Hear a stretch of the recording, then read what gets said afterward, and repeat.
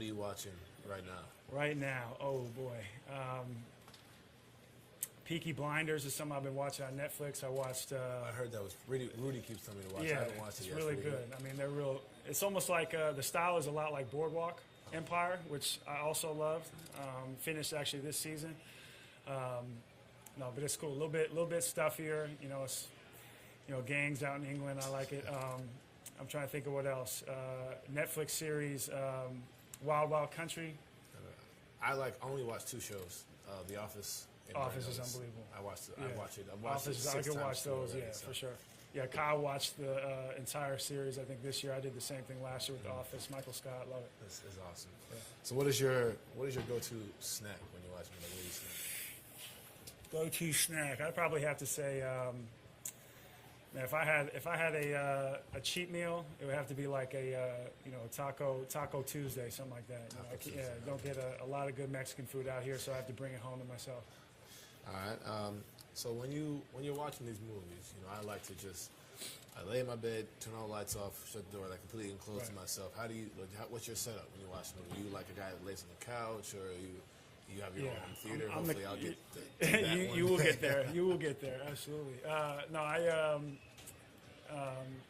It's almost like my own little film room. I shut off the lights and like to get right on the couch. I have my game ready. I have my Normatec. I have all the things that I can do to not only watch the game but get my body prepared for the next game. So try to kill two birds with one stone. Try to stick to my diet as much as I can, but sometimes on off days it gets the best of me. So. So you just brought up the game ready, the Normatec. How crucial is it for guys playing as long as you have to have those things to prepare yourself, not just on the floor. That's all that people see. They don't see the little things that I went through my first year that I didn't even know existed.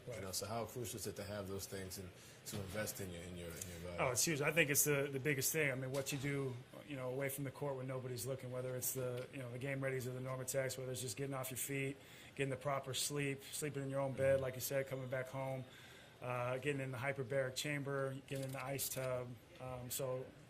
I think as you move on to, you mentioned the theater, that's good to get away from everything, take the stresses off, but also almost having like a high performance center at your house, making sure that you can get all those things and be prepared and think about longevity too. It's not just about the next game or the next week or the next month. It's about trying to play 10, 15, 20 years in this league because you love the game. So your body is a big part of it. Once it starts breaking down, Father Time is undefeated, but you just try to beat it as best you can every day.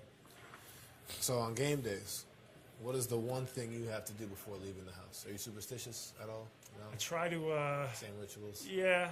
Try to be punctual. Try to kind of master the art of timing. So try to do everything at the same time. Try to leave at the same time, warm up at the same time, stretch at the same time. So time is, like they say, of the essence, and I really just try to do the same things. Yeah, but I don't know if I'm so superstitious, but there are certain things or certain, kind of nervous tics or things like that I do that I might not even notice. But, timing is a huge thing for me. All right, we're going to go away from basketball again. So I got two questions for you. First one is, you're big into fashion. Where do you get your style and your inspiration from? From old movies. I would say, whether it's mob films or I would say, the old gangsters used to be super dapper. I would say, James Bond, like the Sean Connery, Bonds, the original Bonds. Even old movies, like I love old spaghetti westerns, like The Good, the Bad, and the Ugly, all those movies. Trying to think of what else. That's generally, and then old Hitchcock films. Like that's where I get most of my style from, and just trying to move it on. That's another one. Netflix, Mad Men was another show that I watched, try to pick up. Yeah. So I would say from old film and old movies. I got who has the best style, maybe on the team, and then the next one will be in the league. Best style. I love the way. I mean, he's my own teammate here. I am being biased, but I love the way Bron walks into games. Like, he's preparing for war, but he knows he's the guy. So, but I know I saw you. I saw myself. I saw Jordan Clarkson. I saw who else? Bron. All those guys have like the GQ. They're breaking down like trying to make it to the top. So there's a lot of guys in this league that have done well for themselves. Even walking in, because that serves as a runway and a form of self-expression, and you can kind of walk the walk and be who you are. What about your guy Russ? Russ is great.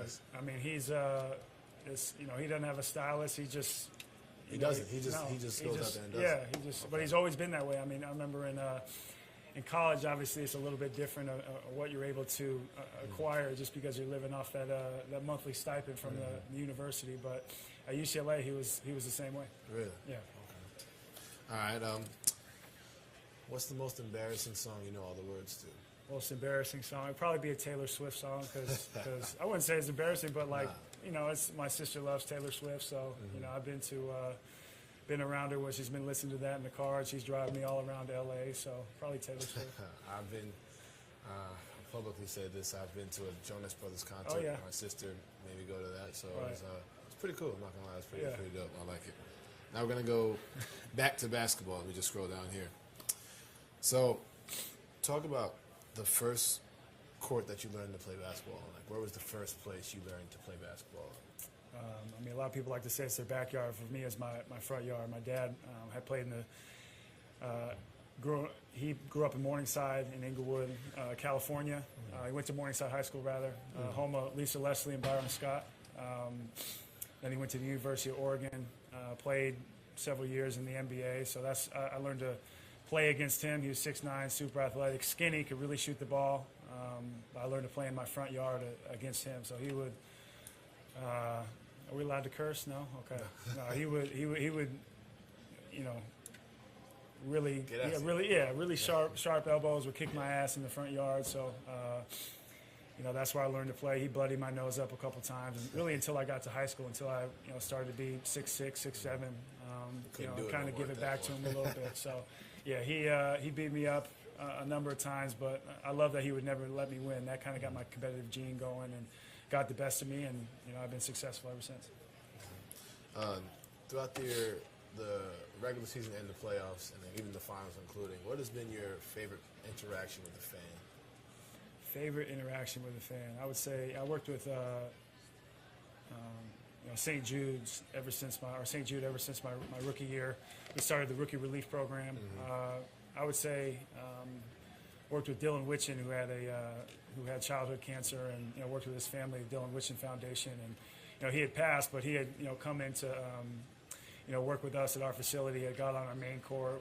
We shot together, so that was probably my best interaction, especially early on, and maybe understand that the game is bigger than just basketball. And as I'm sure you already know and you'll grow to understand, is that you impact so many people's lives. And the game is so global now that you never know how far your reach is going to be, especially with social media, especially with the social landscape that we have now. So it's huge.